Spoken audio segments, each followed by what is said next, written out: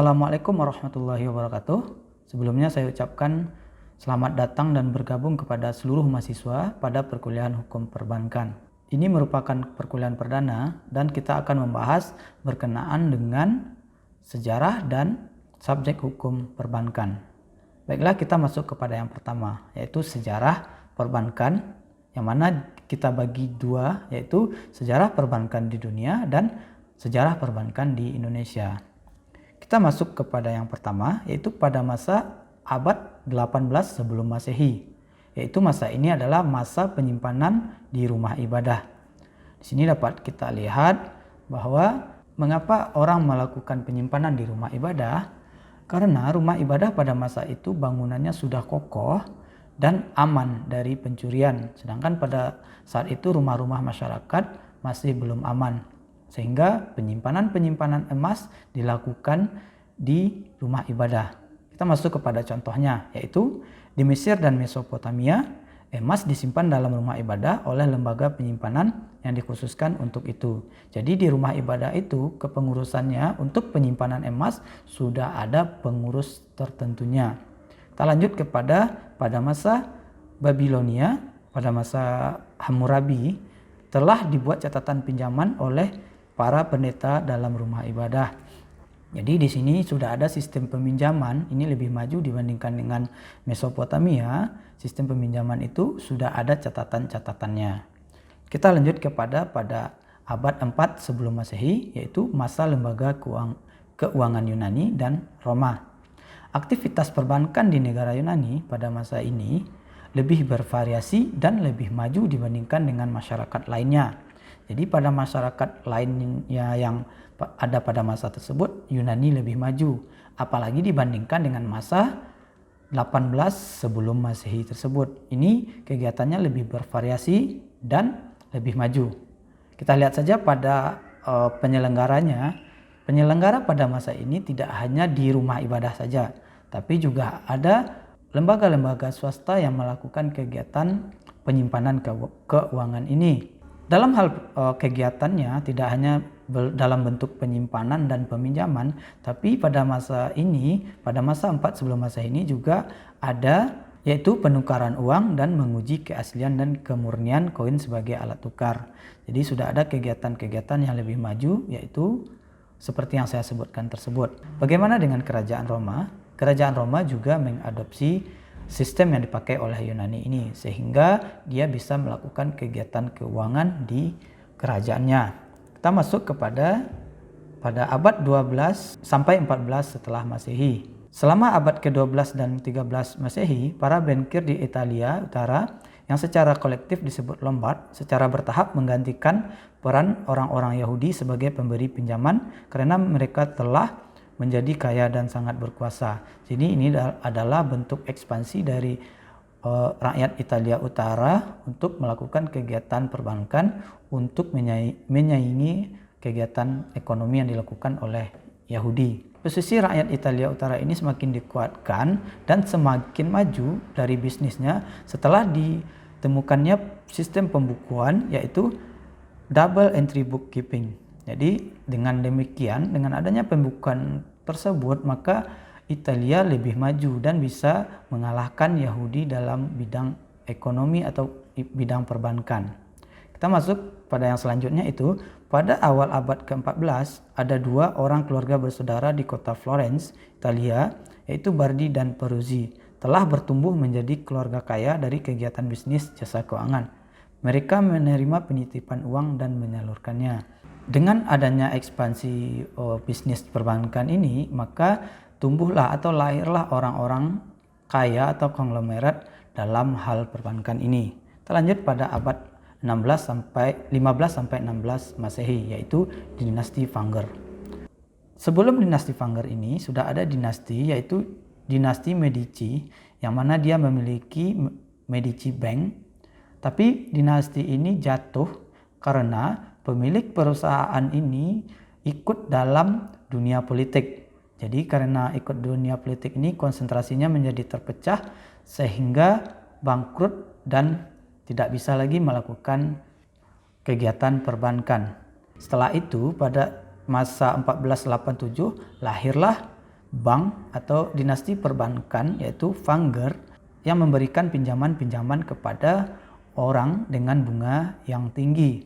Vanguard sendiri adalah pemilik usaha tekstil. Pada saat itu perkembangan usahanya sangat pesat sekali.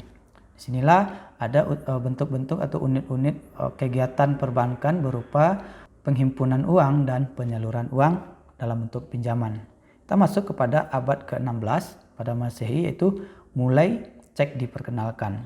Ini berawal pada tahun 1587, yaitu pada kegiatan perbankan di sana itu sudah ada ide-ide untuk membuat surat-surat berharga sebagai pengganti alat tukar emas ataupun yang lainnya. Jadi cek di sini sudah lahir dan dengan sendirinya terjadi perkembangan dari penyimpanan dalam bentuk emas, alat tukar dalam bentuk koin sampai kepada dalam bentuk kertas seperti cek dan surat-surat berharga lainnya. Kita masuk pada abad 17 sampai 18.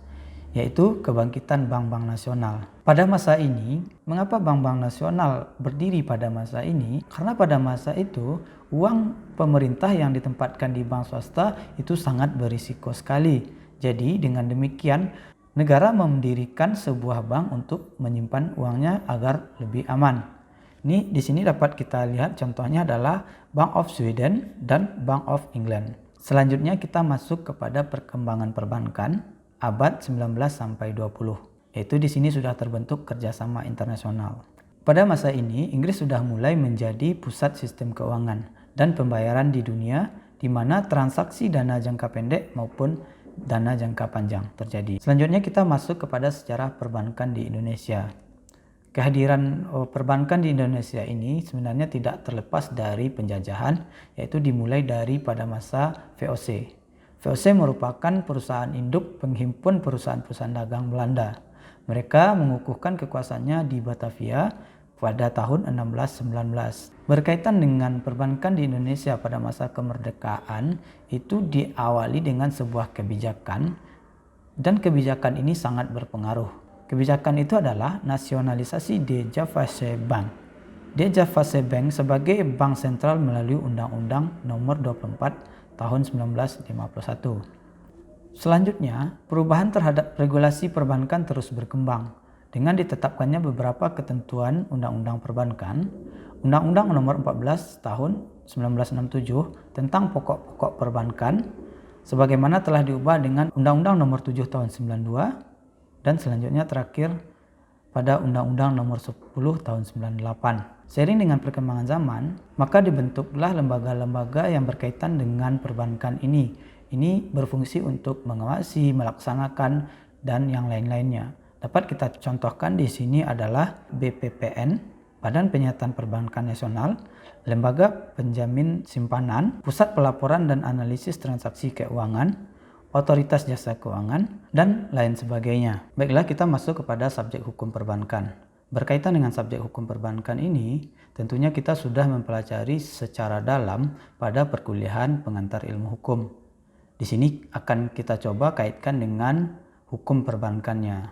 Subjek hukum pada perbankan ini adalah sama, yaitu orang dan badan hukum. Jadi orang ini harus memiliki kecakapan. Kecakapan itu ada kriteria-kriteria yang harus dipenuhi, yaitu berkaitan dengan usia dan tidak di bawah pengampuan. Kalau di sini berkaitan dengan usia, ada beberapa pengaturan usia dewasa oleh beberapa aturan, yaitu usia 21 yaitu di Kitab Undang-Undang Hukum Perdata, 18 Kitab Undang-Undang Perkawinan dan Undang-Undang Perlindungan Anak. Terus ada umurnya 17 yaitu Undang-Undang Pemilu. Bagaimana tentang kecakapan ini dalam hukum perbankan? Pada hukum perbankan, orang yang bisa melakukan kegiatan perbankan adalah orang yang sudah memiliki kartu tanda penduduk. Jadi di sini kita sudah bisa melakukan transaksi di bank, yaitu membuka rekening, menabung, dan menutup tabungan itu pada usia 17 tahun, yaitu dengan ditandai dengan adanya kartu tanda penduduk. Bagaimana dengan anak-anak yang masih di bawah umur? Kita tahu bahwa produk bank itu ada juga untuk tabungan anak-anak. Berkaitan dengan hal ini, anak tersebut di bawah perwalian orang tuanya. Jadi dia bisa membuat buku tabungannya sendiri atas namanya di bawah perwalian atau di bawah jaminan orang tuanya. Nah, kita lanjut kepada kecakapan tersebut, yaitu tidak di bawah pengampuan. Ini jelas jika seseorang itu di bawah pengampuan, seperti hilang akalnya, terlalu boros atau sangat boros, maka dia tidak bisa melakukan transaksi ataupun kegiatan perbankan. Berkaitan dengan badan hukum. Badan hukum di dalam dunia perbankan itu juga dimungkinkan menjadi nasabah. Contohnya kita ambil pada rekening yayasan. Kita tahu bahwa nama di rekening itu tidak harus nama orang perorangan, tapi yayasan atau badan hukum juga bisa membuat rekening atas nama badan usahanya atau badan hukumnya. Jadi di sini seseorang mewakilkan atas nama badan hukum untuk membuat sebuah rekening di perbankan. Berkaitan dengan orang yang bisa mengaksesnya, itu adalah pimpinan-pimpinan yang dibolehkan atau yang dimasukkan ke dalam daftar nama pengakses di perbankan tersebut. Jadi di sini orang ataupun badan hukum bisa menjadi subjek hukum dan bisa menjadi nasabah di sebuah bank. Seterusnya bisa melakukan kegiatan perbankan seperti melakukan transaksi, melakukan peminjaman, dan melakukan pemindah bukuan. Demikianlah perkuliahan kita pada kesempatan kali ini. Jika ada kesalahan, saya mohon maaf. Akhir kata, saya ucapkan terima kasih dan semoga bermanfaat. Assalamualaikum warahmatullahi wabarakatuh.